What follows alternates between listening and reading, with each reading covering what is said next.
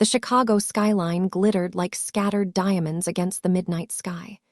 47 floors above Lake Shore Drive, the penthouse windows offered a view that most people would never see in their lifetime. The city stretched endlessly in every direction, a maze of lights and shadows that held secrets darker than the night itself. Inside the penthouse, everything spoke of wealth beyond imagination. Italian marble floors caught the ambient light from hidden fixtures. Custom furniture from designers whose names appeared in magazines sat arranged with precise intention. A crystal chandelier hung from the ceiling, its facets throwing tiny rainbows across the walls when the light hit just right. On a massive leather couch positioned near the windows, a man lay motionless. His white dress shirt was partially unbuttoned at the collar, revealing the edge of a dragon tattoo that crawled up from his chest toward his neck. The ink was traditional Korean style, intricate and bold, telling a story of power and pain that few would ever understand. His $40,000 Patek Philippe watch caught the city lights, its face gleaming against his wrist. His name was Woo Jin, and he was not sleeping. Through barely parted eyelids, he watched the hallway that led to the guest rooms. His breathing remained steady, deep, and rhythmic. To anyone watching, he appeared completely unconscious, vulnerable in a way that the man he truly was could never afford to be. This was a test, one he had conducted many times before. Woo Jin had built his empire on suspicion. Trust was a currency he could not afford to spend carelessly. In his world, the wrong decision about a person's character could cost him everything: his money, his power, his life. 3 weeks ago, his previous housekeeper had betrayed him. A woman named Mrs. Cho, who had worked for him for 8 years, who had prepared his meals and cleaned his home and smiled at him every morning. She had sold information to a rival organization called the Park Faction. That information had led to an ambush that killed 2 of his most loyal men. Woo Jin had handled Mrs. Cho accordingly. Her family believed she had moved back to Korea. That was the story anyway. Now he had a new housekeeper, a young black woman named Denise Carter, 29 years old, from the south side of Chicago. She came with a 7-year-old son named Malachi. Woo Jin's security team had advised strongly against hearing someone with a child. Too many complications, too many liabilities. But something about Denise had caught his attention during the interview. When he had asked her what she would do if she discovered something illegal in his home, she had looked him directly in the eyes without flinching. "I would mind my business, do my job, and protect my son," she had said. "That is all I care about. Everything else is above my pay grade." Honest, direct, desperate but not broken. He had hired her on the spot, but hearing someone and trusting them were 2 very different things. Tonight, Woo Jin had sent Denise on an errand across town. He had told her one of his associates needed documents delivered personally, that it was urgent, that she would be compensated generously for the late-night inconvenience. She had hesitated, not wanting to leave Malachi alone in a stranger's home, but the promise of extra money had won out. They needed every dollar they could get. The boy was supposed to be sleeping in the guest room.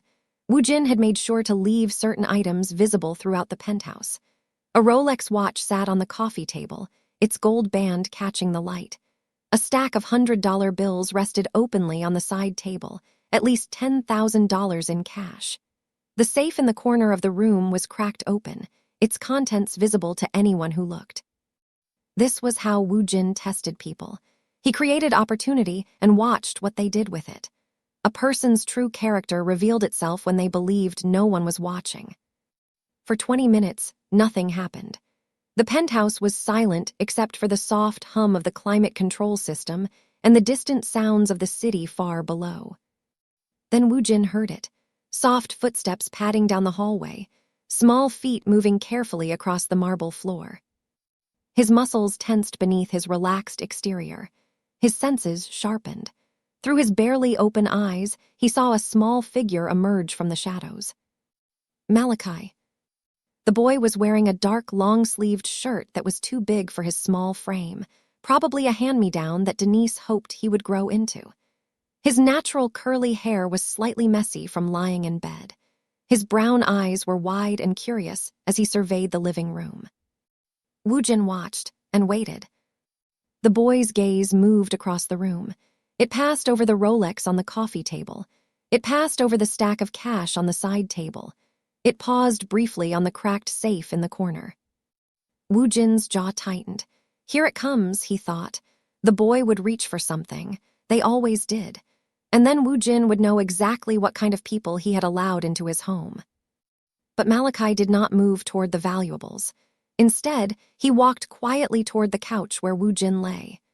The boy stood there for a moment, his head tilted to one side, studying the sleeping man with an expression that Woojin could not quite read. Then Malachi turned and walked away. Woojin felt a flicker of something. Disappointment, relief. He was not sure, but the test was not over. The boy might simply be going to get something. A minute later, Malachi returned. He was dragging something behind him, something heavy and awkward for his small frame. Woojin's eyes widened slightly as he recognized what it was. A blanket. A thick, knitted blanket with a gray and white pattern that Denise must have brought from their previous home. The boy struggled with its weight, pulling it across the floor with determination. Woojin's heart rate increased. What was the boy doing? Malachi reached the couch and stopped. With great care, he lifted the blanket and began draping it over Woojin's body. His small hands moved gently, spreading the fabric so that it covered Woojin from his shoulders down to his feet. The boy tucked the edges around Woojin's shoulders, patting them down to make sure the blanket would not slip. Woojin lay frozen, not because he was pretending anymore, but because he genuinely did not know how to respond to what was happening. And then Malachi leaned down. His face came close to Woojin's, and the boy whispered something that shattered every wall Woojin had spent a lifetime building. "You looked cold, mister. My daddy used to get cold when he fell asleep on the couch too. Mama said we always gotta take care of people, even when they do not ask." Woojin's throat tightened. His eyes burned behind his closed lids. Something twisted in his chest, something painful and unfamiliar. It took him a moment to recognize the sensation. It was his heart, breaking and healing at the same time. This child, this innocent little boy, he had walked past a fortune in cash and jewelry without a second glance. He had seen a stranger sleeping on a couch, and his first thought had been to make sure that stranger was warm, not to take, not to steal, but to give. When was the last time anyone had given Woojin something without expecting anything in return? When was the last time anyone had shown him simple, unconditional kindness? He could not remember. Maybe it had never happened at all. Now, before we continue this story, I need you to do something real quick. If you are watching this right now and you are not subscribed, you are literally breaking my heart. I work so hard on these stories, spending hours making sure every detail is perfect, and all I ask is that you hit that subscribe button. It is free, and it helps me more than you know. While you are at it, drop a like on this video and leave a comment telling me what city you are watching from. Okay, now let us get back to this because it is about to get deep. Malachi straightened up, satisfied that his work was done. He looked at Woojin's face one more time, nodded to himself like a little professor approving of his own actions, and then padded quietly back toward the guest room. Woojin lay still for a long time after the boy left. The blanket was warm against his body, carrying a faint scent of fabric softener and something else. Something that smelled like home, like family, like everything Woojin had convinced himself he did not need. His mind raced through memories he had buried years ago. His mother's hands, soft and gentle, pulling a blanket over him when he was small. The sound of her voice singing Korean lullabies in their tiny apartment in Los Angeles. The warmth of being loved without conditions, without expectations. She had died when he was 9 years old. A fire set by enemies of his father had consumed their building and taken her with it. After that, warmth became something Woojin associated with pain rather than comfort. Until now. He sat up slowly, letting the blanket pool in his lap. He ran his fingers over the knitted pattern, feeling the texture of each stitch. Someone had made this blanket with care. Someone had poured time and love into its creation. And Malachi had shared it with a stranger simply because that stranger looked cold. Woo-jin did not know how long he sat there. When he finally rose and walked to his bedroom, the first light of dawn was beginning to color the eastern sky. He did not sleep that night. He could not stop thinking about the boy and the blanket and the words that had broken something open inside him. We always gotta take care of people, even when they do not ask. The next morning, Woo-jin emerged from his bedroom earlier than usual. He had showered and dressed in casual clothes, dark slacks and a simple black sweater, nothing that announced his wealth or status. He moved through the penthouse silently, his bare feet making no sound on the marble floors. He found Malachi in the kitchen. The boy was sitting at the granite island, his legs swinging freely from the tall stool because his feet could not reach the floor. A bowl of cereal sat in front of him, colorful loops floating in milk. In his other hand, he held a worn comic book, its pages soft and creased from being read many times. Malachi looked up when he heard Woo-jin approach. There was no fear in his eyes, no nervousness, just the simple curiosity of a child encountering another person in his space. "Good morning, mister," Malachi said cheerfully. "Did you sleep okay?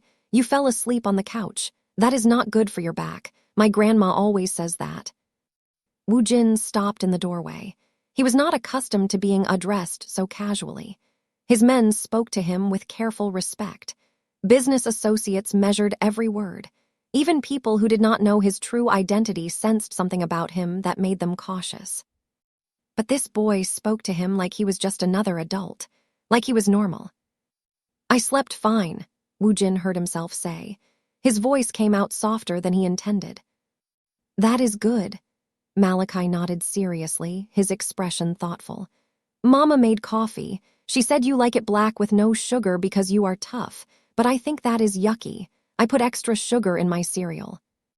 Despite himself, Woo-jin felt the corner of his mouth twitch. It was not quite a smile, but it was close. "May I sit?" he asked, gesturing to the stool across from the boy. Malachi looked surprised by the question. "It is your house. You can sit anywhere you want." "True, but I am asking permission." The boy considered this for a moment, then grinned. "Okay, you can sit." Woo-jin sat. He could not remember the last time he had asked anyone for permission to do anything. It felt strange, and somehow right. "What are you reading?" he asked, nodding toward the comic book. Malachi held it up so Woo-jin could see the cover. Spider-Man in his classic red and blue suit, swinging between buildings. Spider-Man. He is my favorite because he helps people even when nobody helps him back. That is what heroes do. "Is that what you want to be? A hero?" "I want to be a doctor," Malachi said matter-of-factly. "Doctors help people when they are sick, and they make a lot of money so I can buy Mama a nice house, but Spider-Man is still cool." Woo-jin studied the boy's face. There was no guile there, no hidden agenda, just pure, uncomplicated honesty. "Those are good goals," Woo-jin said quietly. "Do you have goals, mister?" The question caught him off guard. Did he have goals? He had spent the last 2 decades building an empire, accumulating power and wealth and influence. But those were not goals. Those were survival mechanisms. Those were the things he had done because he did not know any other way to exist. "I am still figuring that out," he admitted. Malachi nodded sagely, as if this was a perfectly acceptable answer. "That is okay. Mama says some grown-ups take longer to figure stuff out. You will get there." Before Woo-jin could respond, he heard footsteps approaching. He looked up to see Denise entering the kitchen and immediately noticed the way her body tensed when she saw her son sitting with her employer. Denise was a beautiful woman, though she did everything she could to downplay it. Her hair was pulled back in a practical bun. She wore simple clothes, modest and professional. But there was a quiet strength in her posture, a resilience that showed in her eyes. "Malachi," she said, her voice slightly too high. "Baby, I told you not to bother mister." "He is not bothering me," Woo-jin interrupted. His eyes never left the boy. "He was telling me about Spider-Man." Denise's mouth opened and then closed. She clearly did not know how to respond. In her experience, wealthy employers did not sit with the help's children and discuss comic books. Children were supposed to be invisible. "I am so sorry, sir," she said, falling back on formality. "It will not happen again. Malachi, go to your room." "Let him finish his breakfast," Woo Jin said. It was not a request. Denise hesitated. Her instincts were screaming at her to remove her son from this man's presence. She did not know exactly what Woo Jin did for a living, but she knew enough to be afraid. The building staff whispered about him. They called him the ghost of Lake Shore Drive because problems around him had a way of disappearing.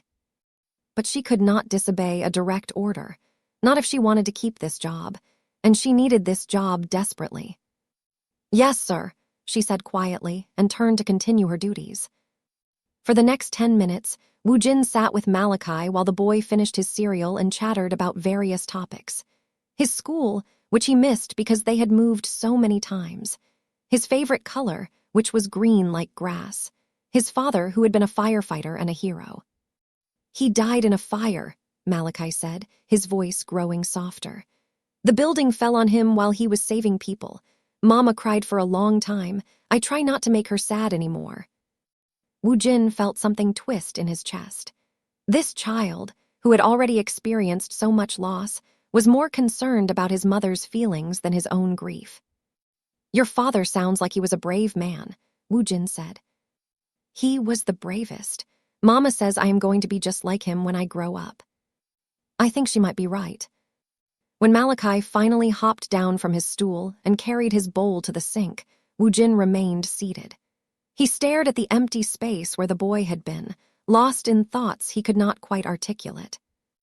Later that afternoon, Woo Jin met with his second-in-command in the Penthouse study. T. Hyun was a serious man in his late 30s, with sharp features and sharper instincts. He had served the Beek-ho syndicate for over a decade and had earned his position through a combination of loyalty and competence. "The Park faction is making moves," T. Hyun reported, standing at attention on the other side of Woo Jin's desk. "They know about the shipment coming through the Milwaukee port next week. Someone is feeding them information again." Woo Jin's jaw tightened. He had just dealt with one traitor. The idea that there might be another made his blood run cold. "I want everyone who knows about that shipment investigated," he said. "Everyone. That includes your household staff." The words hung in the air. Woo Jin thought of Denise, her careful professionalism and obvious desperation. He thought of Malachi, tucking a blanket around a sleeping stranger. "Investigate the mother," he said finally. "But I want proof before anyone makes a move. Concrete evidence, nothing circumstantial. Am I clear?" T. Hyun's eyebrows rose slightly. This was unusual. Woo Jin was known for acting swiftly and decisively when it came to potential threats. He did not typically wait for proof. "Of course," T. Hyun said. "Is there anything else?" "No, you may go." T. Hyun bowed slightly and left the study. But his mind was already working, turning over the implications of what he had just witnessed. His boss was changing. Something about the new housekeeper and her son was affecting him. Whether that was good or bad remained to be seen. Over the next 2 weeks, something shifted in the Penthouse. The change was subtle at first, barely noticeable to anyone who was not paying close attention. But it was there, growing stronger every day.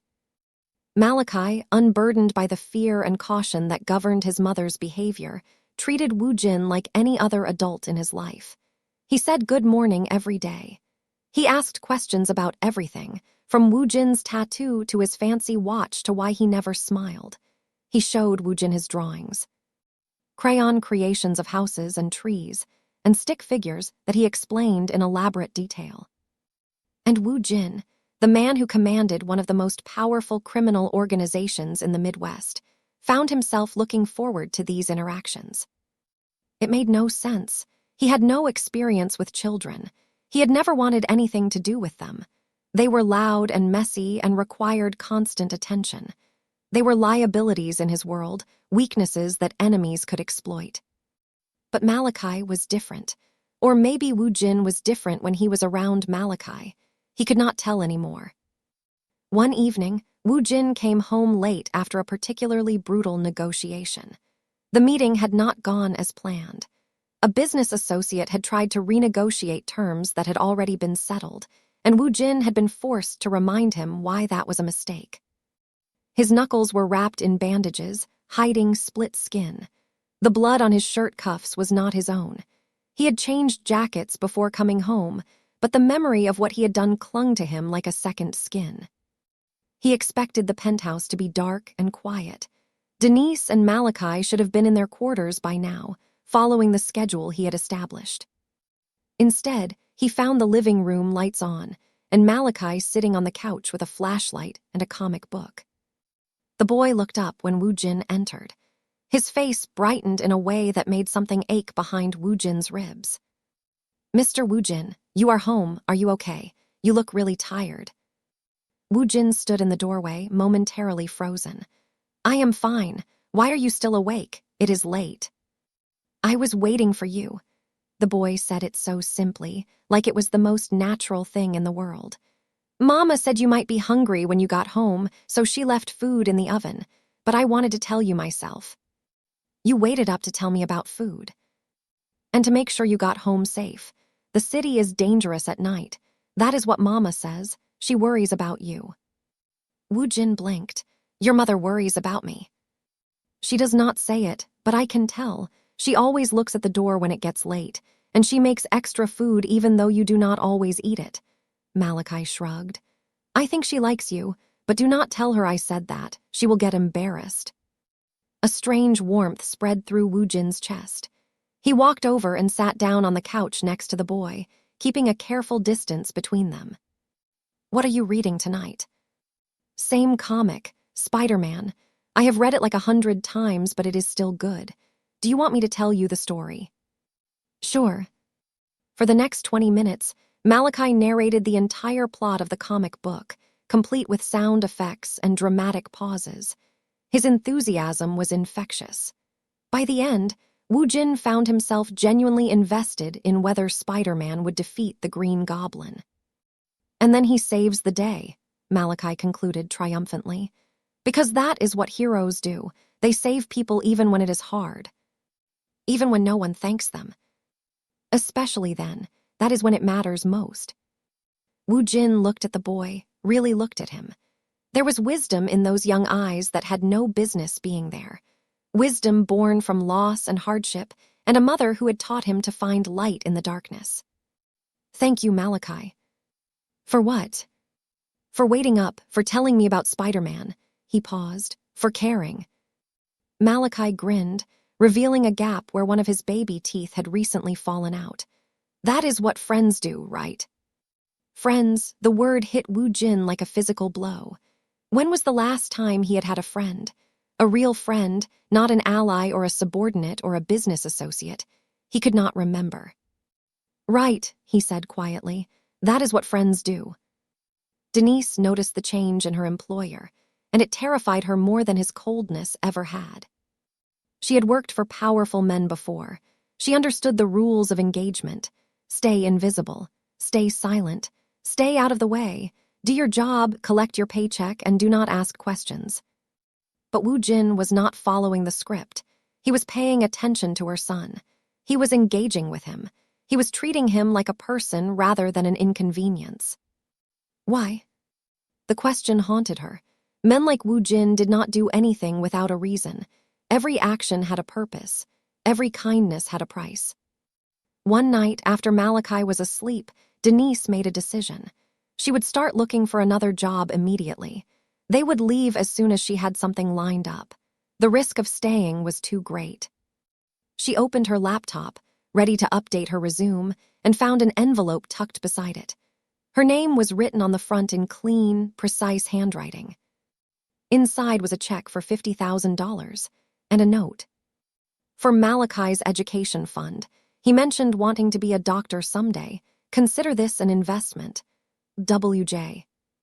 Denise's hands shook as she stared at the check. $50,000, more money than she had ever seen in her life, enough to change everything for her and her son. But nothing was free. She had learned that lesson the hard way, growing up on the South Side, watching her mother work 3 jobs only to die of exhaustion at 42. The world did not give gifts. It gave transactions. What did Wu Jin want in return? The next morning, she confronted him in his study. She found him sitting behind his massive desk, reviewing documents on a tablet.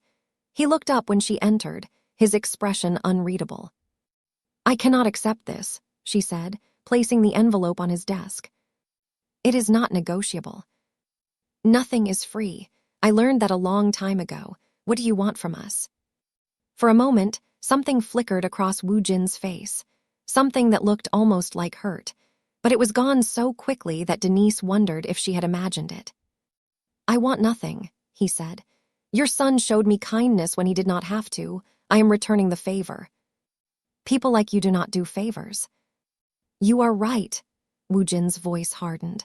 "People like me do not, which should tell you something about how rare your son is. Take the money. Do not take it. I do not care. But do not ever accuse me of having ulterior motives toward a child again." Denise stared at him, searching for the lie, the manipulation. She could not find it. "I do not understand you," she said finally. "That makes two of us." She left the study shaking, the envelope still on his desk. She did not take the check. But she did not throw it away either. 3 days later, everything changed. Woo Jin was in downtown Chicago, attending a meeting with associates from the Milwaukee operation. The discussion was tense. Rival organizations were making aggressive moves, and the Biko syndicate needed to respond. Woo Jin was in the middle of outlining a strategy when his phone buzzed. He glanced at the screen. It was his head of security. "Excuse me," he said to the room and stepped outside to take the call. "Sir, we have a situation at the Penthouse. Someone tried to breach the perimeter. The threat has been neutralized, but there was an incident." Woo Jin's blood ran cold. "What kind of incident?" "The boy saw something. He was in the hallway when we intercepted the intruder." Woo Jin did not remember ending the call. He did not remember running to his car or breaking every traffic law between downtown and Lake Shore Drive. The drive that usually took 20 minutes took him 8. He burst into the Penthouse to find controlled chaos. His security team was everywhere, checking windows and doors, speaking into radios. In the center of it all, sitting on the bathroom floor, was Malachi. The boy was curled into himself, his knees pulled to his chest, his small body shaking.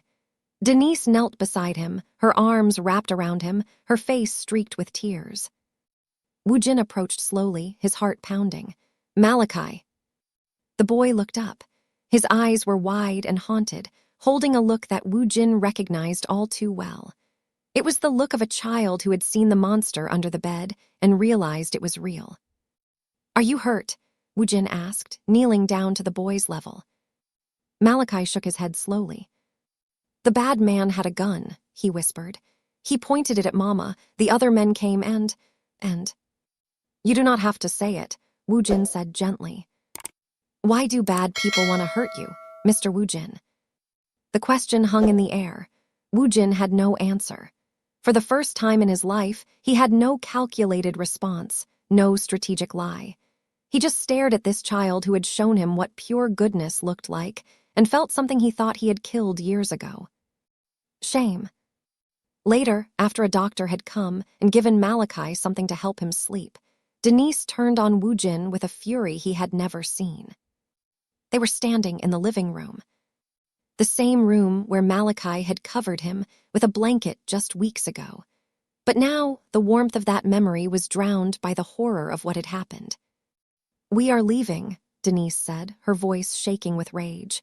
"Tonight. I do not care about the job, the money, any of it. You have put my son in danger." "If you leave, you will be in more danger," Woo Jin said quietly. "The people who came tonight, they saw your faces. They know you live here. They will use you to get to me." "So what? We are prisoners now." "You are protected. There is a difference." "Is there?" Denise's eyes filled with tears. "My husband died trying to save people. I will not let my son die because some rich criminal has enemies." The word hit Woo Jin like a physical blow. Criminal? He was a criminal. He had known this about himself for years, but hearing it from her lips made it feel different. Uglier, more shameful. "I will keep him safe," he said. "Both of you, I swear on my life." "Your life," Denise laughed bitterly. What is that worth? More than you know. I have not had a reason to protect it in years. He paused, his voice dropping. Now I do. The confession hung in the air between them, raw and unguarded. Denise stared at him, trying to find the lie, the manipulation. She could not. The following days were tense. Woo Jin increased security around the penthouse. He relocated Denise and Malachi to a safer wing of the building, with multiple checkpoints between them and any potential threat. He assigned personal bodyguards to both of them. But he knew that security measures were not enough. To earn their trust, he would have to give them something he had never given anyone. The truth. One evening, after Malachi was asleep, Woo Jin asked Denise to join him in his study. She came reluctantly, her posture stiff with distrust. I owe you an explanation, he said, gesturing for her to sit. You deserve to know who I am. I know who you are. You are a criminal, that is all I need to know.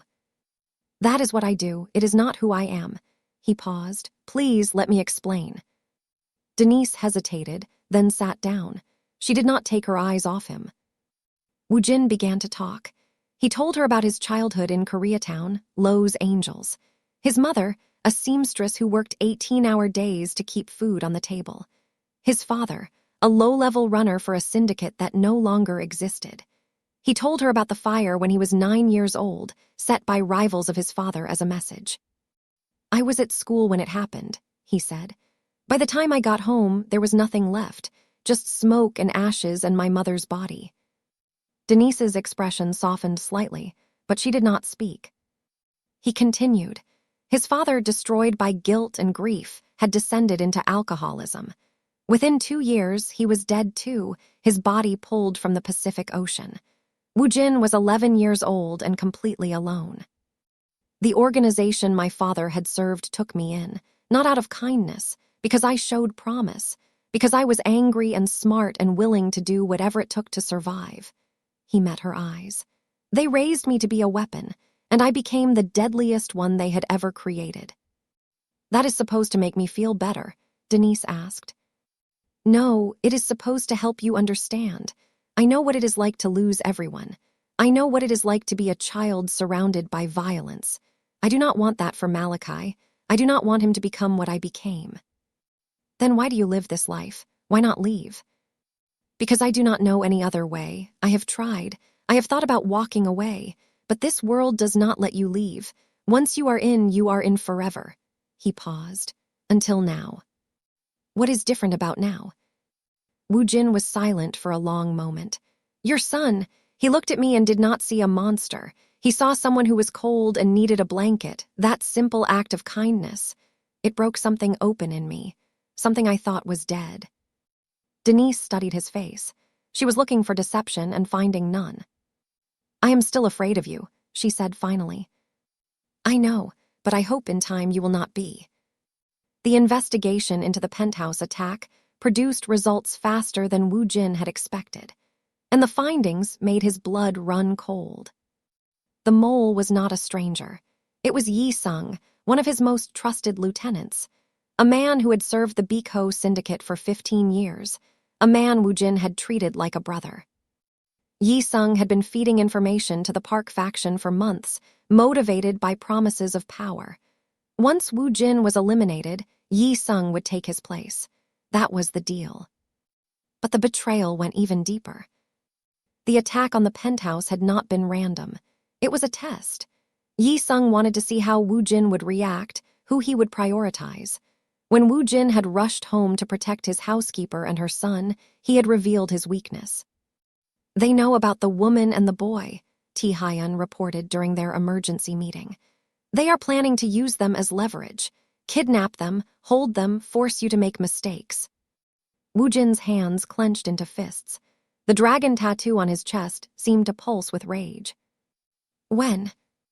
Soon, within the week, based on the intelligence we have gathered. Then we move first. Woo Jin, T. Hyun hesitated. You should consider sending them away, somewhere safe, somewhere you cannot be connected to. No, the answer was immediate, instinctive. They stay with me. I protect what is mine. T. Hyun's eyebrows rose. Yours. Wu Jin did not respond, but they both understood the implication of that word. That night, Denise overheard a conversation she was not meant to hear. She had been coming to deliver a message when she heard voices in the study. Wu Jin and Ti Hyun were discussing the situation. She heard names she did not recognize. She heard terms like elimination and disposal. She heard them discussing bodies and operations and a war that was coming. Her hand flew to her mouth as the full picture came into focus. This was not just a wealthy man with enemies. This was the head of a criminal empire. The deaths he had caused were not abstract. They were real, countless. She confronted him at midnight, her voice shaking with rage and fear. You killed people. You have ordered people killed. And you have been playing house with my son like you are some kind of. Monster, Wu Jin finished. I know what I am. Then how dare you? How dare you let him get attached to you? How dare you let me? She stopped, horrified by what she had almost admitted. Let you what, Denise? Nothing. We are leaving, tonight. I do not care about the danger. Wu Jin stepped closer. His presence was overwhelming but not threatening, not to her. If you leave, they will find you. They will use Malachi to break me, and then they will dispose of both of you. Is that what you want? I want my son to have a normal life. Normal? Wu Jin's laugh was bitter. There is no normal, not for people like us, not for anyone who has ever been touched by this world. The only choice is who you let protect you. Denise stared at him, tears streaming down her face. Why do you care? Why do you even care about us? Wu Jin reached out, hesitating before gently wiping a tear from her cheek. Because your son showed me I was still capable of feeling something. And you make me want to be worthy of that feeling. Yi Sung made his move on a Friday night. He coordinated attacks on 3 of Wu Jin's businesses simultaneously, while sending a team to the Penthouse to capture Denise and Malachi. But Wu Jin was ready. He had relocated Denise and Malachi to a safe house in Naperville, a quiet suburb 30 miles west of Chicago. The house looked ordinary from the outside, a modest colonial in a neighborhood full of families. But inside, it was a fortress. Bulletproof windows, reinforced doors, security personnel disguised as landscapers and mail carriers. Wu Jin had tripled the protection. He had set traps for the traitors, and he had prepared himself for battle. The fight was brutal. Yi Sung's forces hit the businesses hard. Wu Jin's men were outnumbered at first, but they were better trained and more motivated. They fought for their leader. They fought for the organization that had given them purpose. They fought because they believed in Wu Jin. Wu Jin himself led the counterattack on the downtown location. He moved through the chaos like a force of nature, dispatching enemies with a ruthless efficiency that reminded everyone why he had risen to power. He was not just a businessman or a strategist. He was a warrior. By dawn, the tide had turned. Yi Sung's assault had been crushed. The Park faction was in disarray, and Yi Sung himself had been captured, dragged before Wu Jin like a dog. They faced each other in an empty warehouse on the outskirts of the city. Morning light filtered through dirty windows, casting long shadows across the concrete floor. You should have killed me when you had the chance, Yi Sung spat. Blood dripped from his mouth where someone had hit him. His hands were bound behind his back. Now the old ways will die with you. You have gone soft. Everyone sees it. That woman and her kid, they have made you weak. Wu Jin looked at the man he had once trusted. The man who had shared meals with him, fought beside him, celebrated victories with him. The man who had betrayed everything. You think caring about someone makes me weak? Wu Jin asked quietly. You are wrong. It gives me something I have not had in years, a reason to win, a reason to build something instead of just destroying. He leaned down, bringing his face close to Yi Sung's. But you are right about one thing. The old ways are dying, starting with you. Victory came at a price. Several of Wu Jin's loyal men had died in the attack. His businesses, though saved, were damaged. His reputation, though intact, was scarred. But none of that mattered as he drove to Naperville. The sun was setting as he pulled up to the safe house. The sky was painted in shades of orange and pink, a beautiful contrast to the ugliness of the night before. He sat in the car for a long moment, staring at the ordinary house that held the two people who had become his world. Malachi saw him through the window and came running. The boy burst through the front door and launched himself at Woo Jin, wrapping his small arms around his waist. "You came back. Mama said you would, but I was scared. Are you okay? You look hurt." Woo Jin lifted the boy into his arms, holding him close. "I am okay now. I am okay." Denise stood in the doorway, arms crossed, tears in her eyes. Her expression was complicated, a mixture of relief and fear and something else that Woo Jin could not quite identify. "Is it over?" she asked. "This part is, but I need to tell you both something." He set Malachi down and led them inside. They sat together in the modest living room, sunlight streaming through the windows. Woo Jin took a deep breath. "Malachi, do you remember when you covered me with that blanket, when you thought I was sleeping?" "Yeah, you looked cold." "I was not sleeping. I was pretending. I wanted to see what you would do." Malachi's face scrunched in confusion. "That is weird. Why?" "Because I did not trust anyone. I thought everyone wanted to hurt me or take from me, but you did not do either of those things. You just cared, for no reason. And that changed everything for me." Woo Jin looked up at Denise. Her eyes were wide, her lips parted. "I am not a good man," he continued. "I have done things that can never be forgiven, but your son showed me that goodness still exists, and you showed me that it is worth fighting for." He took another breath. This was the hardest part. "I am going to change, not overnight, not perfectly, but I am going to try. I am going to build something legitimate, something I can be proud of, something—" He paused, gathering courage. "Something you could be part of if you want." The silence stretched between them. Denise's face was unreadable. "If you ever put my son in danger again," she said slowly, "I will end you myself. I do not care how powerful you are." Woo Jin nodded solemnly. "I believe you. And I want everything. The truth always, no more secrets." "You will have it. Then we will stay, but we do this together, as a family, a real one." For the first time in as long as he could remember, Woo Jin smiled. A real smile, one that reached his eyes. A family. 1 year later, the penthouse on Lake Shore Drive looked completely different. The cold, sterile luxury had been replaced with warmth. Family photos lined the walls, chronicling a year of healing and growth. Malachi's artwork was displayed proudly in the living room, colorful drawings pinned to the wall with care. The refrigerator was covered with magnets and report cards, and a calendar marked with soccer games and doctor appointments. The sound of laughter filled spaces that had once known only silence. Woo Jin had kept his promise. Over the past year, he had begun transitioning the Beek-ho syndicate away from its criminal roots. The illegal operations were slowly being phased out, replaced by legitimate businesses. Real estate development, technology investments, import companies that dealt in legal goods. It was slow, dangerous work. Old enemies did not forgive easily. Former allies questioned his decisions. Some tried to challenge his authority. All of them failed. But Woo Jin was not alone anymore. He had T. Hyun, who had surprised everyone by embracing the transition with enthusiasm. He had his loyal men, who followed him because they believed in his vision. And he had Denise and Malachi, who reminded him every day why the difficult path was worth walking. On a warm September evening, Woo Jin and Denise stood on a rooftop overlooking Lake Michigan. The water stretched endlessly before them, reflecting the last light of the setting sun. Behind them, their closest friends and family waited in a small gathering area decorated with flowers and candles.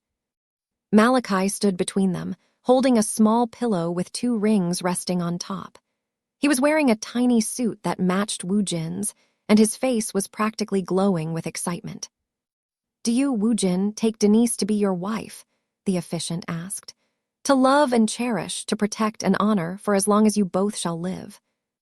Woo Jin looked at the woman standing before him. The woman who had challenged him and feared him and somehow, against all odds, had come to love him. I do, he said. And I promise more than that. I promise to protect them both, to give them the life they deserve, to be the man they need me to be. Denise smiled through her tears. You already are. Do you, Denise, take Woojin to be your husband? I do, even though he is impossible and stubborn and way too dramatic. She laughed softly. Especially then. Malachi bounced on his heels. Can I give them the rings now? Everyone laughed. The rings were exchanged. And when Woojin kissed his bride, the small crowd erupted in applause. Later that night, after the celebration had ended and the guests had gone home, Woojin found Malachi sitting by the floor-to-ceiling windows. The boy was staring at the city lights, his face thoughtful. Cannot sleep, Woojin asked, sitting down beside him. I was thinking, remember when I put the blanket on you, back when I did not know you were awake? I remember. Mama says that changed everything, but I was just doing what she taught me. She says we always gotta take care of people. Woojin looked at the glittering cityscape, the same view he had stared at for years without really seeing. It looked different now, brighter, more hopeful. Your mother is the smartest person I have ever met, and you are the bravest. I am not brave. I was scared of those bad men. Being scared and doing good anyway, that is the definition of brave. Woojin put his arm around the boy. You saved me, Malachi. You do not even know it, but you saved my life. Like Spider-Man. Woojin laughed softly. Better than Spider-Man. Malachi grinned, leaning into the embrace. They sat together in comfortable silence, watching the city lights twinkle like earthbound stars. Does this mean you are my dad now? Malachi asked. For real? Woojin's heart clenched. He thought of his own father, lost to grief and the ocean. He thought of all the years he had spent convinced that family was a weakness to be exploited. He had been so wrong. Yeah, buddy, for real, if you will have me. Cool, Malachi yawned. Can we get a dog? We can talk about it. That means yes. Woojin chuckled, pulling the boy closer. We will see. Outside, Chicago sparkled against the night sky. Inside, for the first time in his life, Woojin was truly home. They say that power corrupts and money destroys. They say that men like Woojin are beyond redemption, too far gone to ever find their way back to the light. But they never account for the unexpected. They never account for a child with a blanket and a heart full of unconditional kindness. Because sometimes, it only takes one small act of love to change everything. One moment of genuine care to crack through years of armor. One little boy who saw a cold stranger and chose warmth anyway. Woojin had tested Malachi that night, expecting to find greed or fear or indifference. He had created a trap designed to reveal the worst in people. Instead, he found his future. He found his family. He found his redemption. And it all started with a blanket and a whisper. You looked cold, mister. My daddy used to get cold when he fell asleep on the couch too. Mama said we always gotta take care of people, even when they do not ask. That is what heroes do. They save people even when it is hard. Especially then. If you made it to the end of this story, you are officially part of this family now. Drop a comment telling me your favorite part. Was it the blanket scene? The confession? The wedding? I want to know what hit you the hardest. And if you have not subscribed yet, what are you even doing? Hit that button, share this video with someone who needs a good story, and I will see you in the next one. Peace.